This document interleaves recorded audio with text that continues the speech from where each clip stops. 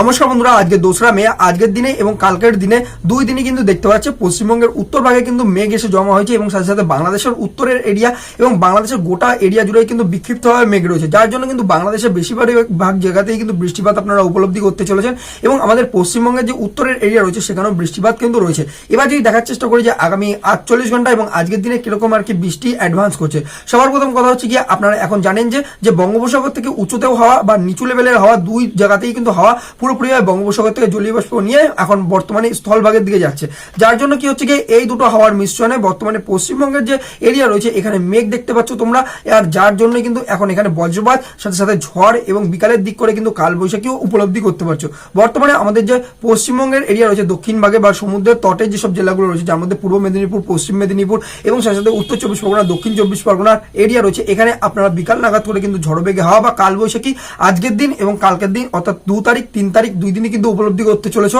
এবং সাথে সাথে কিন্তু আমাদের যে বাংলাদেশের এরিয়া রয়েছে যশোর, খুলনা, পিরিজপুর, ঢাকা, নারায়ণগঞ্জ, হাবিগঞ্জ এবং কুমিল্লা, নোয়াখালীর এরিয়া, এই জায়গাগুলোতেও তোমরা কিন্তু ঝড় বেগে হাওয়া বা কালবৈশাখী উপলব্ধি করতে চলেছো। এই ঝড় বেগে হাওয়ার গতিবেগ প্রায় 40 থেকে 50 কিলোমিটার পার আওয়ারে বইতে চলেছে, কিন্তু দেখতে গেলে এইখানে কিন্তু কোনো রকম সেরকম বৃষ্টিপাত বা হেভি বৃষ্টিপাতের চান্স এখনো অবধি কিন্তু দেখতে পাওয়া যাচ্ছে না। অন্যদিকে 850 হেক্টোপাস্কেলের ম্যাপে যদি দেখার চেষ্টা করো তাহলে কিন্তু বর্তমানে একটা সাইক্লোনিক সার্কুলেশন আমাদের পাহাড়ের এরিয়া জুড়ে রয়েছে, যার জন্য কিন্তু বর্তমানে এই যে জলীয় বাষ্পপূর্ণ হাওয়াগুলো যাচ্ছে সেগুলো কিন্তু পাহাড়ে ধাক্কা পেয়ে একরকম ভাবে ওরোগ্রাফিক লিফট পাচ্ছে এবং সাথে এই জায়গাটাতে যেভাবে কিন্তু 550 হেক্টোপাস্কেলের হাওয়া বইছে, তো তাতে কি হচ্ছে কি এই জায়গাটাতে একটা মেঘ তৈরি বা সাথে সাথে কিন্তু পুরোপুরিভাবে ঝড়ো বেগে হাওয়া একরকম ভাবে বজ্রপাত এইগুলো তৈরি করতে একরকম সহায়তা করছে। এবার যার জন্য আমাদের যে জেলাগুলো এফেক্টেড হচ্ছে তার মধ্যে রয়েছে আমাদের যে শিলিগুড়ি বা জলপাইগুড়ির এরিয়া রয়েছে, এখানে ভারী বৃষ্টিপাতের আশঙ্কা দেখতে পাওয়া যাচ্ছে আগামী 48 ঘন্টা এবং আজকের দিনে বিকাল বেলাতে দেখতে পারবে। এবং আমাদের যে বাকি উত্তরের জায়গা রয়েছে যেমন কালিম্পং, দার্জিলিং, কোচবিহার, আলিপুরদুয়ার, এই জায়গাগুলোতেও বিক্ষিপ্তভাবে বৃষ্টিপাত তোমরা উপলব্ধি করতে পারবেন। অন্যদিকে আমাদের যে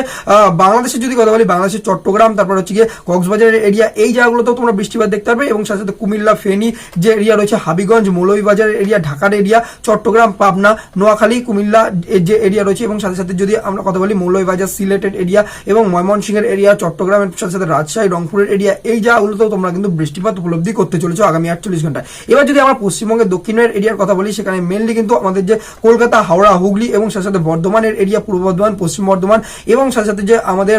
আর কি বারুইপুরের এরিয়া রয়েছে, বলতে গেলে আমাদের যে সাউথ 24 পরগনা এবং নদিয়ার এরিয়া, এই জায়গাগুলোতে আকাশে মেঘ থাকবে, বজ্রপাত হবে, কোনো রকম ভাবে সেরকম বৃষ্টিপাত নেই। দেখতে গেলে প্রায় 10 থেকে 20 মিলিমিটার পর্যন্ত বৃষ্টিপাত অর্থাৎ বিক্ষিপ্তভাবে বৃষ্টিপাত তোমরা দেখতে চলেছো এবং আসানসোল, দুর্গাপুরের অবস্থাও সেরকম রয়েছে, পুরুলিয়া, বাঁকুড়ার অবস্থাও সেরকম রয়েছে এবং আমাদের যে মুর্শিদাবাদ বা বহরমপুরের এরিয়া রয়েছে, লালগোলার এরিয়া রয়েছে, জিয়াগঞ্জের এরিয়া রয়েছে, এই জায়গাগুলোতে মোটামুটিভাবে আকাশে মেঘ থাকতে চলেছে। অন্যদিকে আমাদের উত্তর দিনাজপুর, দক্ষিণ দিনাজপুর এবং মালদার কন্ডিশন দেখতে গেলে হলুদ সতর্কবার্তা আগামী 48 ঘন্টার জন্য রয়েছে এবং আমাদের আসামের উপরে দেখতে গেলে আসামের যে বিস্তীর্ণ এরিয়া রয়েছে যেখানে মেনলি কিন্তু দিসপুর এবং সাথে সাথে গুয়াহাটির এরিয়া, বঙ্গাইগাঁও, বারপেটা এরিয়া রয়েছে, এখানে আপনারা কিন্তু বজ্রপাত সহ কিন্তু বৃষ্টিপাত দেখতে চলেছো। আমাদের কিন্তু মেনলি যে তারপরে হাইলাকান্দি, তারপরে হচ্ছে গিয়ে সিলেটের এরিয়া এবং সাথে সাথে যে সিপাহী জেলা, গোমতি, ঊনকোটি অর্থাৎ ত্রিপুরার এরিয়া, এই জায়গাগুলোতে আপনারা কিন্তু বজ্রপাত সহ মেঘ দেখতে পারবেন আগামী 48 ঘন্টায়। এই জায়গাগুলোতে হলুদ সতর্কবার্তা জারি করা রয়েছে। বর্তমানে দেখতে গেলে কিন্তু টেম্পারেচার কমেছে এবং মিনিমাম টেম্পারেচার কিন্তু 23 ডিগ্রি থাকতে চলেছে এবং ম্যাক্সিমাম টেম্পারেচার পুরো ওভারঅল রিজিয়নটা জুড়ে কিন্তু 35 ডিগ্রি থাকতে চলেছে বা বলা যাবে 35 ডিগ্রির নিচে 30 থেকে 35 ডিগ্রির মধ্যে টেম্পারেচার ঘোরাফেরা করতে চলেছে বিভিন্ন জেলাগুলোতে। বাকি আপনারা কোন জেলা থেকে এই ভিডিওটা দেখছেন আর আপনাদের জেলাতে কিরকম ওয়েদার কন্ডিশন রয়েছে অবশ্যই কমেন্ট বক্সে জানাবেন। আর এরকম যদি আপনারা রেগুলার আবহাওয়া সম্পর্কিত আপডেট পেতে চান তাহলে আবহাওয়া দর্পণকে অবশ্যই ইউটিউবে সাবস্ক্রাইব করে নেবেন। তো বন্ধুরা, দেখা হচ্ছে আপনাদের সাথে পরবর্তী আবহাওয়া আপডেটের সাথে।